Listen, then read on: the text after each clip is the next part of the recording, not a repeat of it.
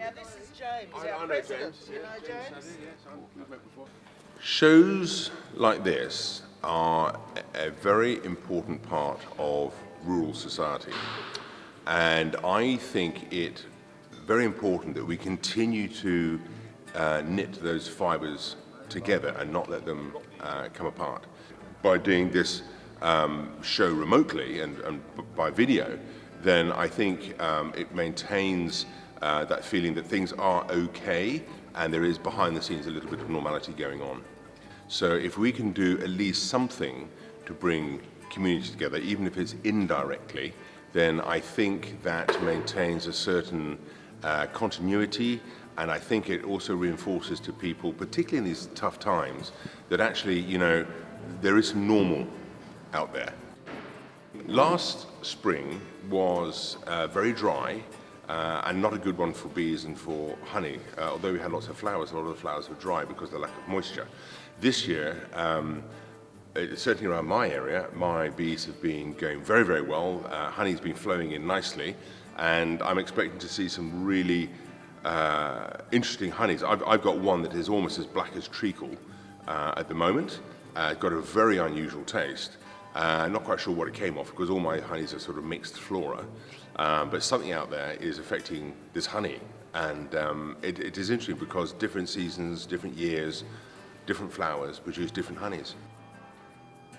And if you look at the wonderful Australian vegetation, it has an amazing way of bouncing back after these bushfires, and you just got to drive around here, and in some parts you wouldn't know that there's been a bushfire. It's been quite extraordinary.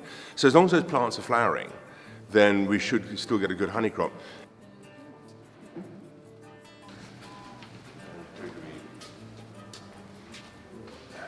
So where's my list?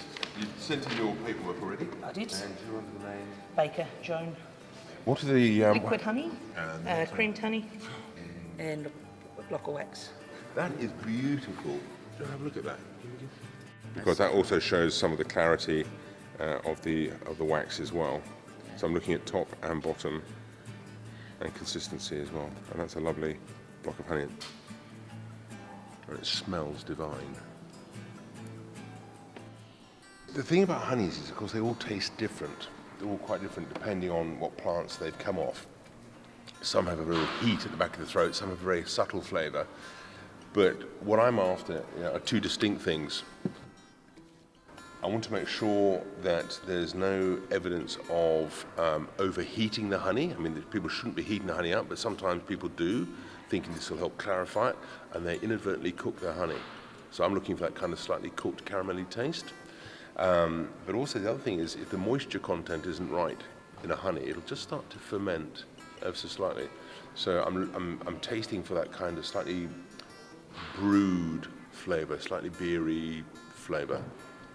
Sometimes, so you're looking for that texture, that nice and smooth.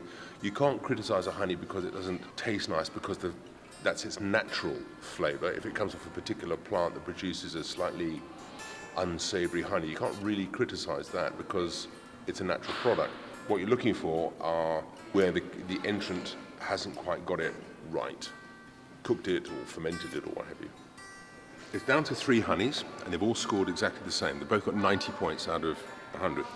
These are the 3. I've got a creamed honey, which, although it scored well as a creamed honey, I'm going to set it aside because there were some flaws with that, but it still scored nonetheless quite well.